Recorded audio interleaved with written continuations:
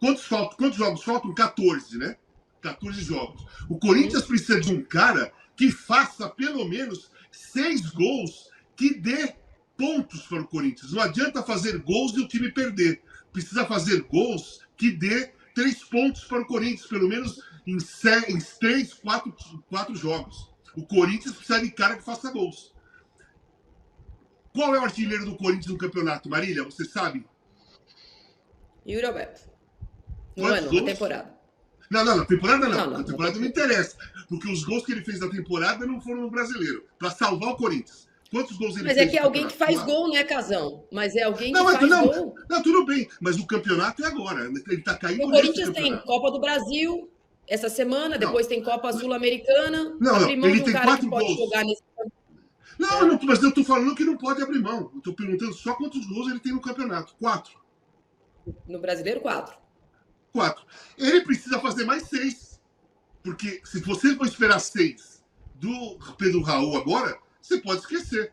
Então, se o Uri Alberto sair do time, né, apesar de ele não estar fazendo gol, o Corinthians dificilmente vai conseguir se salvar. Porque eu já acho que é difícil se salvar com ele e com o Pedro Raul. Só o Pedro Raul aí. O Corinthians precisa de um atacante que faça 6 gols. E nesses 6 gols ele dê 3 vitórias para o Corinthians. Em 6 gols tem que dar 3 vitórias para o Corinthians. Pelo menos para continuar tendo chance de se salvar. Porque 4 gols para um atacante no Campeonato Brasileiro é pouco. Não faz. Tanto que ele tem 4 gols e o Corinthians está na zona de rebaixamento. Né? Os outros gols que ele fez, que são somados, sei lá, 14 ou 16 gols no ano, são em outros campeonatos. Nós estamos precisando que o Corinthians faça gols agora, no Brasileiro. Não importa a Copa do Brasil, Sul-Americana ou Paulista para trás, ou o que ele já fez. É agora que precisa. Campeonato Brasileiro precisa de 6 gols que dê 3 resultados positivos para o Corinthians. Seja o Yuri Alberto, seja quem for. Ô, Renato, você também ganhou reforcinho. A gente mostrou agora há pouco o reforço do Corinthians. A semana começa com essa turbulência. Marília, deixa eu só falar uma coisinha sobre o Corinthians, já que você vai passar para os reforços do Flamengo. Não, eu só ia dizer que tem um outro fator agravante na situação do Corinthians, que é o fato de que do 6º colocado para baixo, então do 7º colocado em diante, só Corinthians, Vitória e Atlético Goianiense tem 24 jogos. O que significa que todo mundo que está acima do Corinthians, fora o Vitória que está ali, tem jogos a menos do que o Corinthians. Inclusive o Cuiabá, que está atrás, tem 2 jogos a menos, o Fluminense tem um jogo a menos, e tem um monte de gente ali em cima que tem 2, 3, 4 jogos a menos, no caso do Inter. Então, o Corinthians tem aí mais pontos. Assim, a situação do Corinthians pode se tornar pior do que ela já é atualmente, dependendo do que acontecer nessas rodadas que ainda precisam ser cumpridas. Então, é muito ruim, e eu concordo com vocês. Time que não joga bem e vence tem cheiro de campeão, que é o caso do que está acontecendo com o Fortaleza, e time que joga bem e perde é o que aconteceu com o Palmeiras, quando o Palmeiras caiu em 2012, é o que aconteceu com o Grêmio, quando o Grêmio caiu. Você olhava o time jogar e você falava, esse time não é tão ruim assim. E ainda assim ele perdia. Então é uma situação muito difícil, e com esses jogos de diferença pode se agravar ainda mais nas próximas semanas. A gente falou do Corinthians, a gente vai falar do Flamengo agora. O Renato ficou 1 hora falando das maravilhas do Alexandro, do Michael, do Acarás. Teve a live a gente aqui no UOL, antes do programa, aqui antes do fim de papo, um dia por semana, cada um tem a sua live. Os times têm a live do Flamengo, do Palmeiras, do Corinthians. E hoje é o dia da live do Flamengo. Calhou com o gol do Michael, com a chegada do anúncio do Alexandro, Alcaraz chegando, Titinho estreando técnico com vitória. Só notícia boa no Malvadão, Renato. Em termos de reforço, eu concordo com você. O Michael parece que nem tinha saído do Flamengo. Impressionante como é que ele vestiu a camisa e saiu para jogar como se tivesse jogado no final de semana anterior. Jogou muita bola, fez um gol importantíssimo, e o Flamengo venceu, mesmo sem jogar muito bem. Mas o Michael jogou bem, o Luiz Araújo jogou bem, o Gerson jogou bem, o Léo Ortiz. Tite, pelo amor de Deus. Vou repetir uma frase do Carlos Alberto Torres, quando assumiu o Flamengo em 83. E aí tinha um garoto que entrou na base, que jogou muito bem, e ele disse no vestiário: o Flamengo a partir de agora é Bidu e mais 10. O Tite, o Flamengo é Léo Ortiz e mais 10. Não interessa se ele vai ser volante ou se vai ser zagueiro, ele tem que ser titular, mano, pelo amor de Deus. Agora, os reforços são realmente promissores. Né? O Alexandro, lateral, jogou na seleção brasileira, jogou na Europa, um jogador que tem todas as condições de entrar ali e resolver um problema que se agravou com a contusão do Vinha e que está sendo um caso, um buraco ali nas costas do Ayrton Lucas, né? Gol toda hora por ali. Então, acho que a chegada do Alexandre seria muito bem-vinda. A do Alcaraz, que também está fechando hoje, é para formar um trio no meio-campo, do qual sempre jogarão apenas 2. Você vai ter De La Cruz, Alcaraz e Arrascaeta. Sempre jogarão 2, dificilmente jogarão os 3 juntos. Mas como os 2 jogadores, os uruguaios, são jogadores que costumam se machucar, o Arrascaeta está novamente no departamento médico, o De La Cruz está sendo poupado porque está empurrando com a barriga, um problema no joelho. A chegada do Alcaraz também é muito promissora.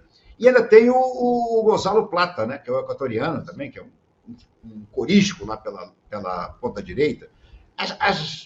Os reforços são animadores. Agora, uma coisa é o papel, outra coisa é você botar em campo e funcionar. Eu lembro sempre que o Flamengo teve, no mesmo time, Alex do Palmeiras, do Cruzeiro, Edilson, Petkovic, Gamarra, Vampeta, e não ganhou nada. Com essa seleção que o Flamengo fez na época da ISL. Claro que agora é diferente, agora não atrasa mais salário, as coisas estão mais equilibradas financeiramente, mas nem sempre o jogador chega e entrega o futebol que se espera dele. Temos um exemplo no Palmeiras que, para mim, é decisivo. Borra. Borra veio como grande centroavante do Del Valle, o grande centroavante da América do Sul, não jogou nada no Palmeiras. Agora voltou para fora, está jogando muito lá fora também. Então, tem que ter um pouco de cautela. Mas o Flamengo, pelo menos dessa vez, ainda que com atraso, contratou uns reforços à altura do que ele precisa para continuar disputando os 3 títulos que está, até agora, aos trancos e barrancos, mas está vivo nas 3 competições.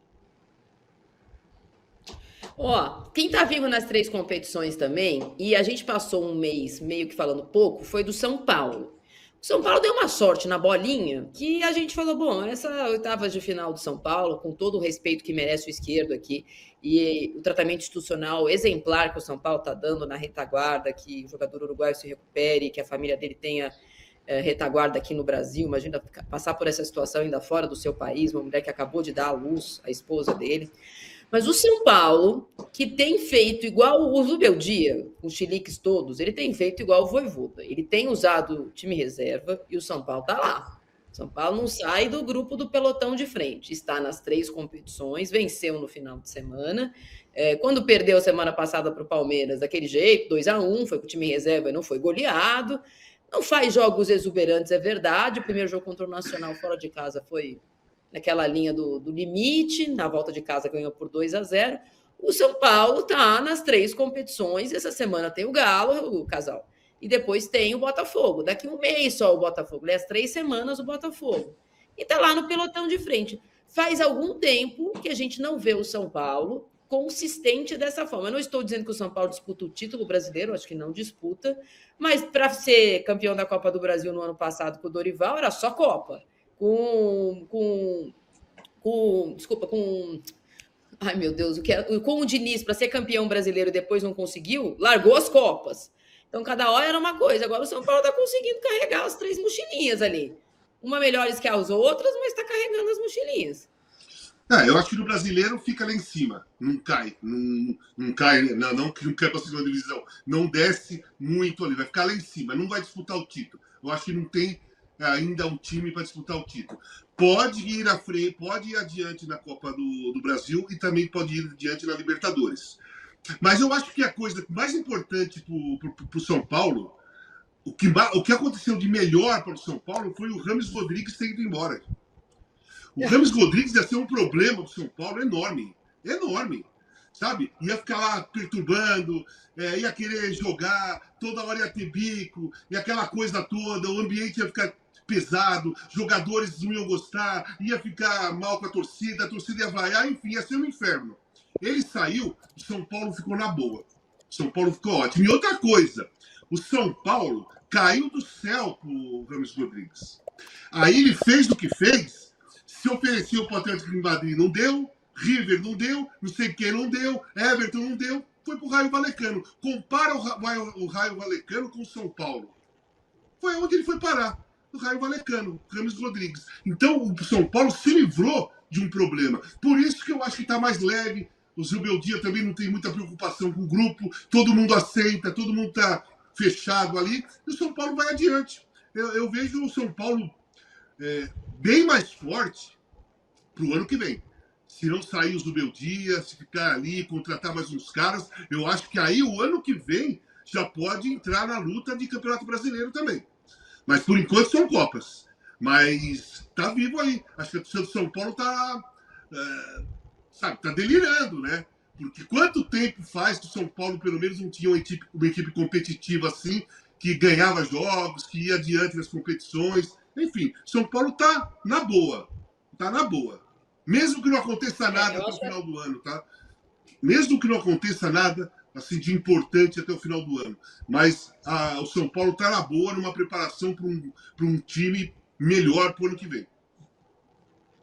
Mas hoje, Renato, hoje, pelo que fez na Copa do Brasil, pelo que está fazendo nas últimas rodadas do Campeonato Brasileiro e do jeito que passou na Copa Libertadores, não sei quem é favorito, Galo ou São Paulo? Acho o São Paulo. São Paulo, sem dúvida nenhuma, São Paulo. Esse Galo não está conseguindo jogar bola, é impressionante. É um time estrelado, um time com Hulk, com Paulinho, com Scarpa, com Zaratio, mas não está conseguindo jogar bola, é impressionante. Eu acho que o Milito corre o risco de acabar dançando. Para mim, o São Paulo é favorito. Acho que o São Paulo está jogando um futebol muito mais consistente do que o Atlético Mineiro. O Atlético Mineiro acabou de perder do Fluminense em casa. Até transferiu o jogo da Arena MRV, onde o gramado é um desastre. Os caras fazem um estádio e o gramado é um desastre. Um estádio novinho, mas é. Os jogadores do Atlético mesmo arrasam o gramado depois das partidas. Aí levaram para o Mineirão. Tomaram lá no Mineirão também, perderam. O Atlético Mineiro está num momento muito ruim. Eu acho que o São Paulo é favorito, com toda sinceridade. Também acho. Alícia, eu acho também. A gente vai colocar o chaveamento da Copa do Brasil, porque a gente passou aí 4 semanas. Primeiro Copa do Brasil, depois Libertadores. Agora volta a Copa do Brasil, antes da data FIFA, conforme ele disse, os jogos de ida nesta semana. Então, amanhã tem Flamengo e Bahia, primeiro na Fonte Nova, e amanhã no Morumbi, quarta no Morumbi e quarta na Fonte Nova, São Paulo e Galo. As voltas, na quinta tem o jogo do Corinthians e o do Vasco, o Corinthians e Juventude em Juventude, como diz nos Estados Unidos, em Caxias, e o Vasco recebe o Atlético Paranaense. Aliás, o Vasco que joga hoje pelo Campeonato Brasileiro com o Atlético Paranaense, depois quinta com o Atlético Paranaense, depois a volta da data FIFA com o Atlético Paranaense de novo. Esses são os confrontos e os lados das chaves.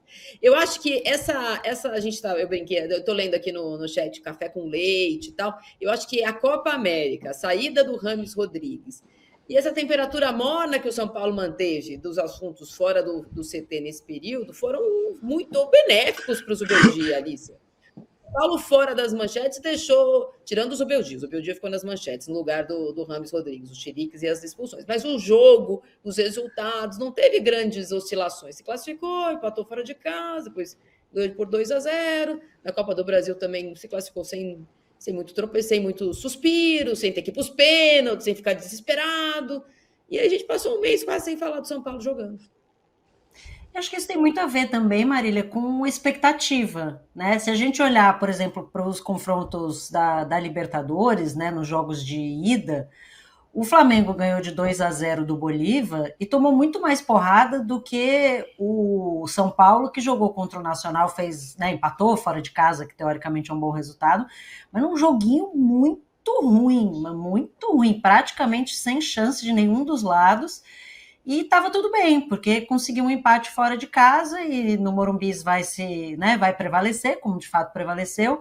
Então eu entendo assim que a expectativa em relação ao São Paulo, ela está numa dose bastante saudável para o Zubeldia, para a equipe, que é assim, se classificar e tiver na Libertadores de novo no ano que vem, eu acho que vai ter pouca gente que vai reclamar. né? Claro, o São Paulo com muito menos expectativa, com, né, uma situação muito mais complicada do que está hoje, foi campeão da Copa do Brasil no ano passado. Então, certamente há uma esperança de que possa fazer isso de novo, e tenho certeza que todo São Paulino, né, com mais de 35 anos, tem sempre expectativas altas na Libertadores, ainda que esteja voltando agora depois de um hiato com torcida, com tudo mais. Mas eu acho que essa expectativa um pouco mais baixa é bastante saudável, porque você não tem aquela pressão que tem o, né, Palmeiras, Flamengo, Botafogo, o próprio Galo, de quem se esperava muito mais, né, pela qualidade do elenco. E, enquanto isso, o São Paulo vai fazendo o seu trabalho ali mais quietinho. E eu vejo isso, se o São Paulo terminar o Campeonato Brasileiro e classificar direto para a fase de grupos da Libertadores, terá sido um bom ano, ninguém, assim, não acho que vai ter uma grita, não, mas acho que, olha, pode surpreender, inclusive na Libertadores. Vai, aproveita que você está isenta neste bolão, no outro tem um pouco do coração, tinha um pouco do coração envolvido, me fala, passam quem? Passa no confronto, não essa semana, que eu não vou te ver antes de alguns jogos. Então, passa Flamengo ou Bahia? Para isso é o mais difícil de palpitar. Mas eu acho que passa o Flamengo. Passa Atlético Paranaense ou Vasco? Passa Atlético Paranaense. Corinthians ou Juventude? Rapaz... Corinthians. Fala o outro, que você dá sorte quando você fala o outro. Você errou todos do Coringão. Não é zica reversa, não. Corinthians. Ou passa São Paulo ou Galo? São Paulo.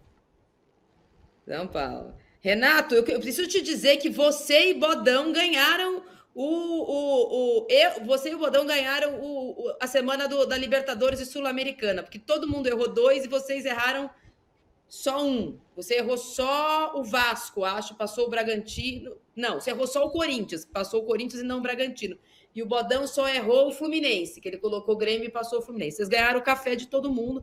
Como você me devia 2, e eu agora te devo 1, você continua me devendo 1. Mas o resto te deve um café agora. Vai, Renato, Flamengo ou Bahia? Flamengo.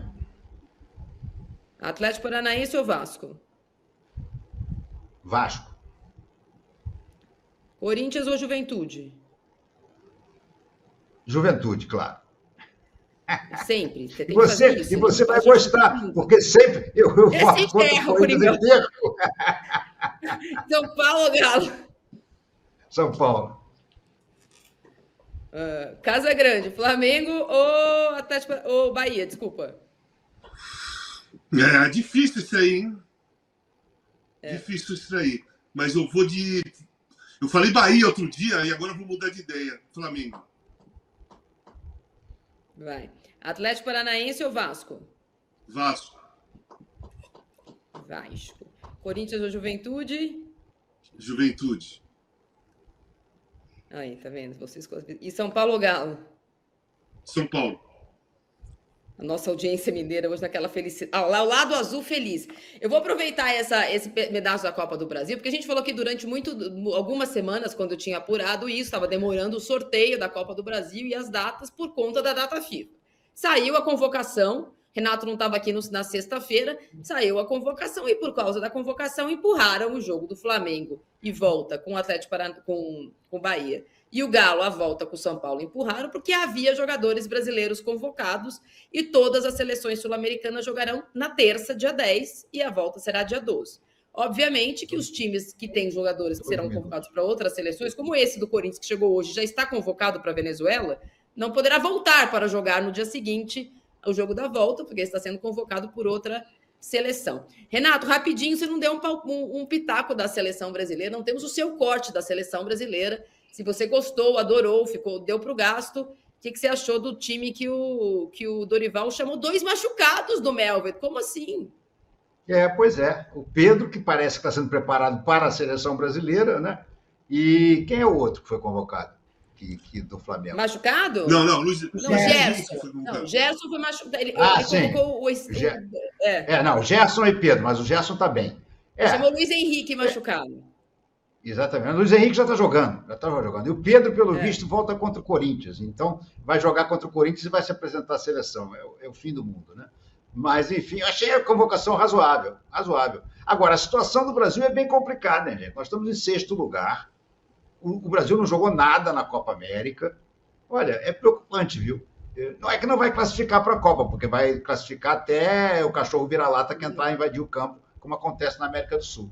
Mas a situação é complicadinha. Não acho fácil a situação do Dorival, não. Mas achei a convocação boa. Qual?